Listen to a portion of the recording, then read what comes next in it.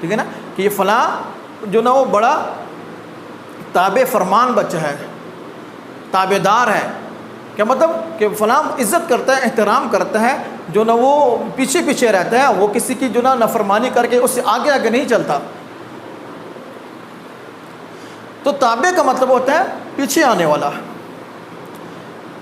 تو جھوٹ جو ہوگا یہ متبوع کہلائے گا، موٹ جو ہوگا یہ تابع محمل کہلائے گا. تابع اس لیے کہ یہ بعد میں آنے والا ہے، محمل اس لیے کہ یہ بے معنی لفظ ہے. کھانا وانا یہ مرکب تابع محمل ہے، پورا کا پورا مرکب تابع محمل کہلائے گا. اور کھانا ہے وہ متبوع ہے، اور بعد میں آنے والا لفظ تابع محمل ہے. تابع اس لیے کہ بعد میں آنے والا ہے، محمل اس لیے کہ بے معنی لفظ ہے، لہٰذا اس کو ہم کہیں گے مرکب تابع محمل. تو جو 7ویں قسم میں مرکب ناقص کی اس کو کہتے ہیں مرکب تابع محمل. مرکب تابع محمل وہ ہوتا ہے کہ جو ایک بامعنی لفظ اور ایک بے معنی لفظ، ان دونوں کو ملا کر جب ہم کوئی مرکب بناتے ہیں اس مرکب کو مرکب تابع محمل کہتے ہیں. اور جو مرکب تابع محمل کا پہلا حصہ ہوتا ہے اس اسم کو متبوع کہا جاتا ہے، اور بعد میں آنے والے اسم کو تابع محمل کہا جاتا ہے. تابع اس لیے کہ بعد میں آنے والا ہے، محمل اس لیے کہ وہ بے معنی ہوتا ہے، اس کا کوئی معنی نہیں ہوتا.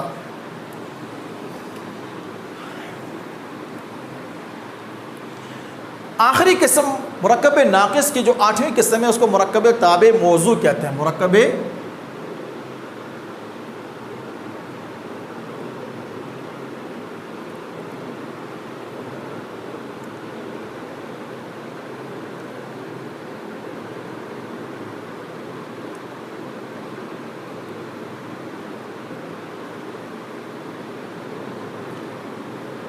مرکب تابع موضوع وہ مرکب ہوتا ہے جو محاورہ برابر کرنے کے لیے روزمرہ زبان کے اندر ایک بامعنی لفظ کے ساتھ جب دوسرا بامعنی لفظ لگا دیا جائے. ایک بامعنی لفظ کے ساتھ دونوں بامعنی ہوتے ہیں، پہلا بھی معنی جس کا معنی ہوتا ہے کوئی معنی سمجھ میں آتا ہو، ایسا بامعنی لفظ، اس کے ساتھ اگر آپ کوئی دوسرا بامعنی لفظ لگا کر کوئی مرکب بناتے ہیں اس مرکب کو مرکب تابع موضوع کہا جاتا ہے. جیسے اس کی مثال ہے رونا دھونا. اب رونا بھی لفظ بامعنی ہے، اس کا معنی ہمیں پتہ ہے کہ رونے کا مطلب یہ ہوتا ہے کہ انسان کی آنکھوں سے آنسو جاری ہو جائیں، غم کی وجہ سے، پریشانی کی وجہ سے، یا دکھ یا تکلیف کسی وجہ سے بھی انسان کو جو نا وہ آنکھوں سے آنسو بہنا شروع ہو جائیں، اس کو رونا کہا جاتا ہے. اور دھونا وہ چیز دھوئی جاتی ہے، یہ دھونا لفظ ہے. لیکن یوں چونکہ یہاں پر محاورہ برابر کرنے کے لیے آیا ہے، لہٰذا ہم یہ کہیں گے کہ رونا دھونا بھی بامعنی لفظ ہے، رونا بھی بامعنی لفظ ہے، لہٰذا یہ جو مرکب ہوگا اس کو مرکب تابع موضوع کہا جائے گا، مرکب تابع محمل نہیں کہا جائے گا، کیونکہ دوسرا لفظ آنے والا بے معنی نہیں ہے، بامعنی لفظ ہے، اس کا کوئی نہ کوئی معنی تو ہے نا. اور یہاں پر یہ بات سمجھے کہ جو پہلا مرکب تابع موضوع کے اندر پہلا اسم جو ہوتا ہے اس کو متبوع کہا جاتا ہے، جیسے مرکب تابع محمل کے اندر بھی کہا جاتا تھا. پہلے کو متبوع کہتے ہیں اور بعد میں آنے والا جو ہوتا ہے اس کو تابع موضوع کہتے ہیں، بعد میں آنے والے کو تابع موضوع ہی کہا جاتا ہے. تو یہ ہماری جو نا مرکب ناقص کی 8 قسمیں ہو گئی ہیں. اس کے بعد انشاءاللہ آگے چلیں گے. مرکب مفید یا جس کو جملہ کہا جاتا ہے یا جس کو مرکب تام یا کلام تام کہا جاتا ہے اس کو پڑھیں گے. اس کے کتنے اجزاء ہوتے ہیں، اس کی کتنی قسمیں ہوتی ہیں، وہ کیسے کیسے بنتا ہے، اس کو کیسے کیسے جدا کیا جاتا ہے وہ پڑھیں گے. پھر اس کے بعد انشاءاللہ اختتام ہو جائے گا ہمارا جملے تک. پھر اس کے بعد جو نا وہ گرامر کی جو آپ کے لیول تک کی باتیں ہیں، کچھ مفید باتیں انشاءاللہ اس پر بھی بحث ہوگی. محاورات ہیں، پھر آگے جو نا وہ ضرب الامثال ہیں، روزمرہ ہے، ان چیزوں کی طرف بھی جو نا توجہ اور دھیان دینا ہے. وہ چیزیں بھی کافی طویل اور لمبی ہیں، ان کو بھی یاد کرنا بڑا جو نا وہ وقت لگے گا اس کے لیے بھی. تو انشاءاللہ آپ ہمت نہ ہاریں، ہمت ساتھ جوڑے رکھیں اور پڑھتے رہیں، محنت کرتے رہیں، انشاءاللہ کامیاب کرے گا. اللہ تعالی ہم سب کو کامیاب کرے. اگلے لیکچر تک کے لیے اجازت دیجیے. اللہ حافظ.